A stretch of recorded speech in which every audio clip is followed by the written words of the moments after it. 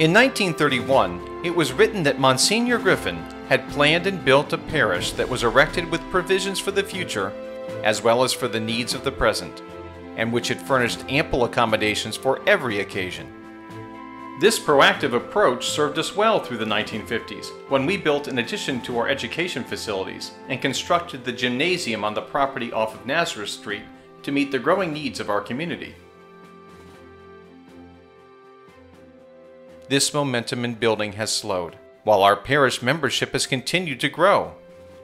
We are blessed to be living in a growing region of our country, with a projected growth rate of 10.75% between 2009 and 2014, leading to a possible population of 356,038 people residing within a 15-minute drive to the cathedral.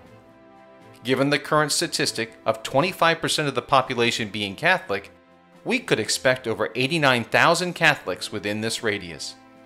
We need to prepare for continued growth.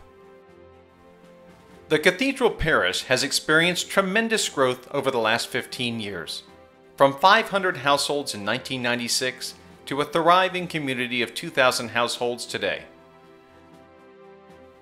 47% of the registered households have children, and of the 6,395 individuals registered in the parish, 31% are under the age of 20.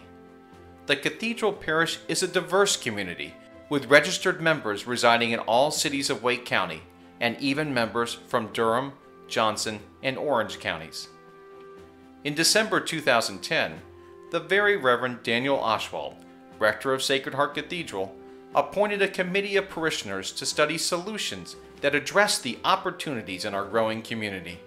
In February 2011, a survey was distributed to all parishioners attending Mass to help determine the impact of our growth as reflected in available parking, restroom facilities, handicapped accessibility, and space for meeting, education, and social events. 640 of the registered families in our parish responded to the survey. Of those, over one-half identified themselves as active in the various ministries of the cathedral. The graph shown here reflects the results of all of the parishioners who responded. The surveys were then divided into two categories. The first category reflects the responses from parishioners who only attend cathedral for weekend Mass. The second category reflects the responses of parishioners who attend Mass and are active in one or more of the parish ministries. As you can see here, 63% of active parishioners surveyed responded that they feel current cathedral property does not provide adequate parking. We have 99 parking spaces to accommodate the over 2,100 parishioners attending Mass each weekend. Unfortunately, our parking capacity is often overrun, requiring our parishioners to park along the street or in adjoining office parking lots. This often leads to congestion during church-related activities. In an attempt to accommodate all parishioners, we celebrate 7 Masses each weekend and discourage faith formation and all other activities in lieu of the Masses taking place. 63% of active parishioners surveyed responded that parish facilities are not accessible by individuals with disabilities. Given the historical nature of our buildings, they were constructed well before the Americans with Disabilities Act.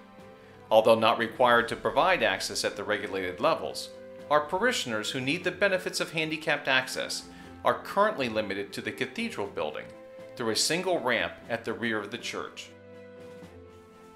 52% of active parishioners surveyed responded that we do not have adequate restroom capacity. In addition to the lack of access to restroom facilities by those with disabilities, our current restrooms do not meet the regulations for a modern, multi-story building serving both children and adults. 51% of active parishioners surveyed responded that the educational facilities were not sufficient to meet the needs of the school and parish. As you can see by this data, in most areas we are at or more than 50% below the guidelines for public schools in North Carolina. Projections indicate a steady growth in student enrollment. To accommodate the growth of the parish, faith formation classes for pre-kindergarten and kindergarten were eliminated. Individual class capacity is greater than the current space affords, resulting in 34 students being asked to homeschool, and this number is expected to increase given the success of revamped faith formation programs. 60% of active parishioners surveyed responded the space allocated for meetings, athletics, and social gatherings is not sufficient for events to be held at the parish. This limits our ability to function as a center of the community, with the exception of regular Mass services. For key parish events, we are dependent on borrowing or renting space from neighboring churches and public venues. Now that we have surveyed cathedral parishioners and compiled the resulting data, what is our next step to keep Cathedral Parish a vibrant community able to fulfill its mission and provide for the future as well as the present?